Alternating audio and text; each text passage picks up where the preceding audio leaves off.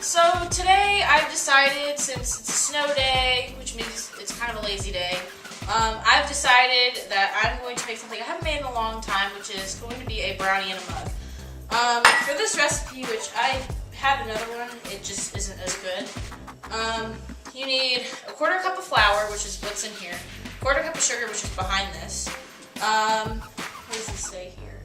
Going off of a recipe. 2 tablespoons of cocoa powder, a pinch of cinnamon, a quarter cup of water, 2 tablespoons of canola oil. It says 1 to 2 drops of vanilla, but since it's in a giant bottle, I'm just going to use a quarter teaspoon, and a pinch of salt. No. Yes. No. Yes. Yes. Pinch of salt. So I have a quarter cup measuring cup, and I use a knife to make sure that these dry ingredients are level. I'm also going to use that with the cocoa powder. So first I'm going to add the quarter cup of sugar real quick. Just level that out. Put that in there. Not that hard to make. This is eggless, which is nice, because I know in like box brownie mixes you have to use eggs. Same thing with cookie dough. So yeah, after I put the quarter cup of sugar in, I am now going to put in a quarter cup of flour.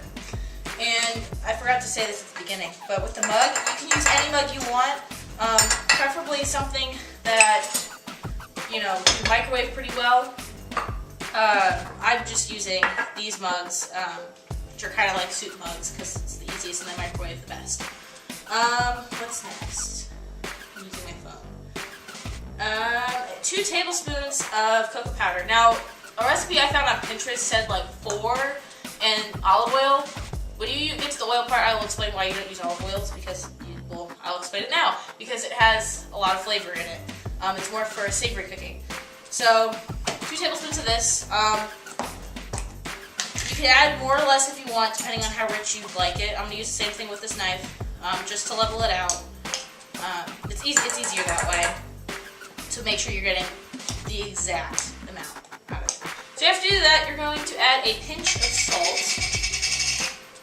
Alright, pinch of salt, just a small pinch. And then a pinch of cinnamon, which this might be interesting to get out, if I can get my hands in here. Which I might not be able to. I'm going to use the spoon I'm going to use to mix. Grab just a little bit so I can add a pinch. This is about a pinch. I'm just going to throw that in there. I've never done this recipe before. Okay, so next I'm going to add a quarter cup of water to the mix. So I'm going to add the water and the 2 tablespoons of canola oil or vegetable oil. So you add the water in, and then when you go to add the oil, make sure it's either canola oil or vegetable oil, because typically that's what you use for baking.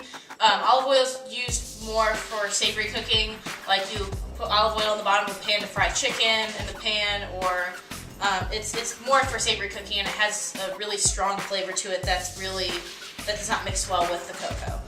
So I'm going to go add that stuff in real quick and be right back. Once you put in the canola oil and the vegetable oil, go ahead and put in the 1 to 2 drops of vanilla.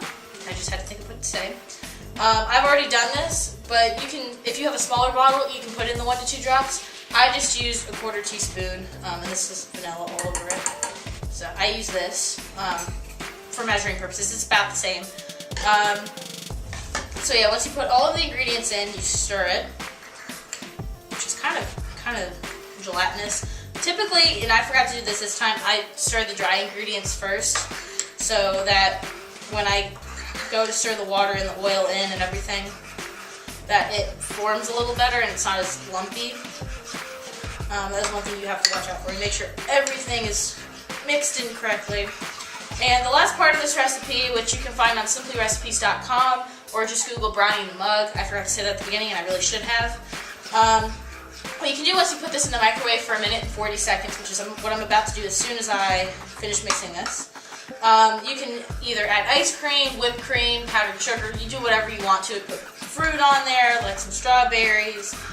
Do whatever you want to it. Yeah. So I think I am almost done. Yep. It's safe to eat the batter. It might not taste that good because it's safe to eat it because there's no eggs in it, but I don't know if it's going to taste good. That tastes fine. That actually tastes really good.